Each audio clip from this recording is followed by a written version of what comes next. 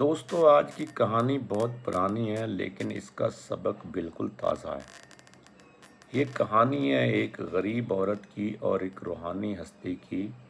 یہ کہانی ہے آپ کی نیت کی اور بدنیتی کی۔ کہتے ہیں کہ ایک زمانے میں ایک غریب عورت تھی، اس نے ایک مسافر کو پناہ دی جسے سب نے نکال دیا تھا۔ وہ مسافر دراصل ایک روحانی ہستی تھا، بھیس بدل کر لوگوں کو آزما رہا تھا۔ جب وہ اس غریب عورت کے گھر سے جانے لگا تو اس نے کہا، اللہ کرے تمہارا کل کا پہلا کام سارا دن چلے گا۔ عورت کو یہ دعا بڑی عجیب لگی لیکن وہ بھول گئی۔ اگلے دن ایک تاجر نے اسے سونے کا دھاگا دیا اور کہا، یہ کپڑے پر کڑھائی کر دو۔ عورت نے کام شروع کیا۔ جب کڑھائی ختم ہوئی تو دیکھا فرش پر سونے کا دھاگا پہلے سے زیادہ ہے۔ وہ جتنا اسے لپیٹتی اتنا ہی بڑھتا جاتا۔ وہ سارا دن وہ سونا لپیٹتی رہتی۔ رات ہوتے ہوتے اس کے پاس ڈھیر سا سونا جمع ہو جاتا۔ روایت کے مطابق بچا ہوا دھاگا کڑھائی کرنے والی عورت کا ہوتا تھا۔ اس نے وہ سونا بیچ دیا اور اس پیسے سے اپنا گھر بنایا، سجایا اور ایک عمدہ دکان بھی کھول لی۔ پڑوسی بڑے حیران ہوئے۔ عورت نے سچ سچ بتا دیا کہ اس کی قسمت کیسے بدلی۔ اب آتے ہیں اس کہانی کے دوسرے رخ کی طرف۔ اسی شہر میں ایک لالچی تاجر تھا۔ اس نے عورت سے جب یہ سنا تو اس نے سوچا، یہ مسافر تو کوئی روحانی طاقت رکھتا ہے، مجھے بھی کچھ ملنا چاہیے۔ چنانچہ جب وہ مسافر آیا تو تاجر نے اسے بڑی خوش دلی سے اپنے گھر بلایا۔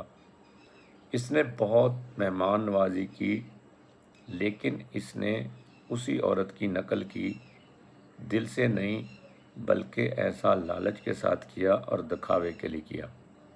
اس نے دل میں یہ سوچا کہ اس میں میرے لیے کچھ تو ہے اور سارے شہر کے لیے بھی۔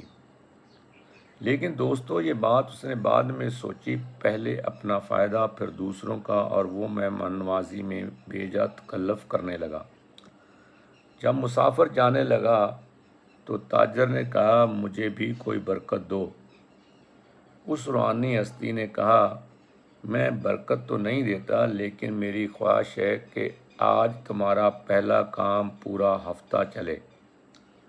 تاجر خوش ہوا اور سوچنے لگا، میں اپنی دکان پر جاؤں گا اور سارا ہفتہ پیسے گنوں گا، انہیں ہی بڑھاؤں گا۔ راستے میں اسے پیاس لگی۔ اس نے اپنے کنویں سے پانی نکالنے کے لیے ڈول ڈالا۔